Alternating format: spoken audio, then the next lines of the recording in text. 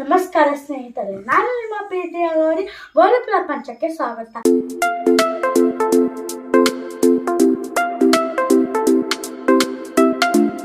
ಇವತ್ತು ನಾನು ಮತ್ತೊಂದು ಹೊಸ ಕಥೆಯನ್ನು ತಂದಿದ್ದೇನೆ. ಯಾರದು? ಕುದುರೆ ಮತ್ತು ಒಂಟೆ. ಒಂದೂರಲ್ಲಿ ಒಂದು ಕುದುರೆ ಮತ್ತು ಒಂಟೆ ಇತ್ತು. ಅದಕ್ಕೆ ಕುದುರೆ ಮತ್ತು ಒಂಟೆ ಇಬ್ಬರು ಒಳ್ಳೆ ಗೆಳೆಯರು ಆಗಿದ್ದರು. ಇಬ್ಬರು ಗೆಳೆಯರಾಗಿದ್ದರೆ ಒಂದೇ ಥರ ಆಹಾರ ಹುಡುಗಿ ತಿನ್ನುತ್ತಿದ್ದರು. ಎಲ್ಲ ಜೊತೆಗೆ ತಿನ್ನುತ್ತಿದ್ರು. ಆಮೇಲೆ ಕುದುರೆಗೆ ಒಂದು ಆಲೋಚನೆ ಬಂದಿತ್ತು. ಒಂಟೆ ಹೇಳಿತ್ತು, ಕುದುರೆ ಹೇಳಿತ್ತು, ನಮ್ಮಿಬ್ಬರಲ್ಲಿ ಯಾರು ಹೆಚ್ಚು ಅಂದು ಒಂಟೆಯನ್ನು ಕೇಳಿತು.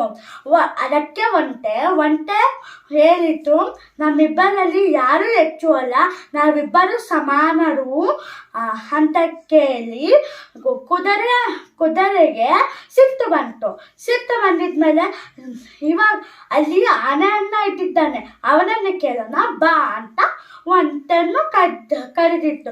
ಒಂಟೆ ಒಪ್ಪಿಕೊಂಡಿತ್ತು. ಒಂಟೆ ಆಮೇಲೆ ಇಬ್ರು ಆನೆ ತಲ್ಲಿ ಹೋದ್ರು.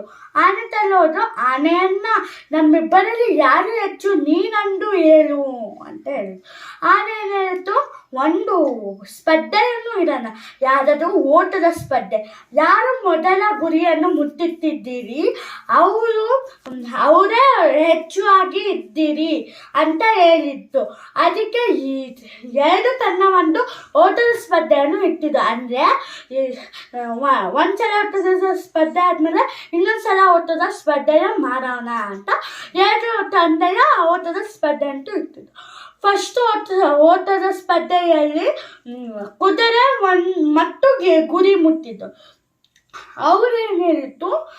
ಕುದುರೆ ಏನು ಹೇಳಿತು, ನಾನು ಫಸ್ಟ್ ಬಂದೆ ಅಂತ.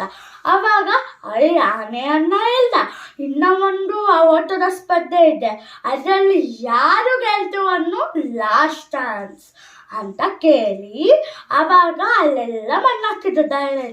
ದಾರಿಯಲ್ಲಿ ಮಣ್ಣಾಕಿದ್ರು. ಕುದುರೆ ಓಡಕ್ಕಾಗಲ್ಲ, ಯಾಕಂದ್ರೆ ಒಂಟೆ ಎಲ್ಲ ಡೆಸರ್ಟ್ನಲ್ಲಿ ಅಲ್ಲೆಲ್ಲ ಓಡುತ್ತಲ್ಲ, ಅದು ಎಲ್ಲ ಮಣ್ಣಿರುತ್ತಲ್ಲ, ಅಲ್ಲಿ ಓಡುತ್ತೆ. ಯಾರು? ಒಂಟೆ ಓಡುತ್ತೆ. ಅದಕ್ಕೆ ಮಣ್ಣೆಲ್ಲ ಹಾಕಿದ್ಮೇಲೆ ಗುರಿಯಿಂದ ರನ್ ಮಾಡ್ತಿದ್ರು. ಹಾಗೆ ಕುದುರೆಗೆ ಸುಸ್ತಾಗಿ ಮೆಲ್ಲಗೆ ಬರ್ತಿತ್ತು.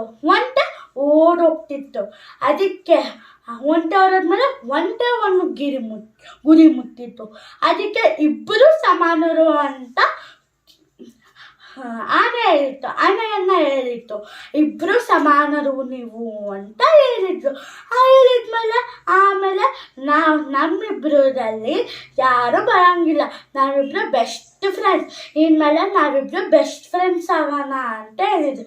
Bye guys.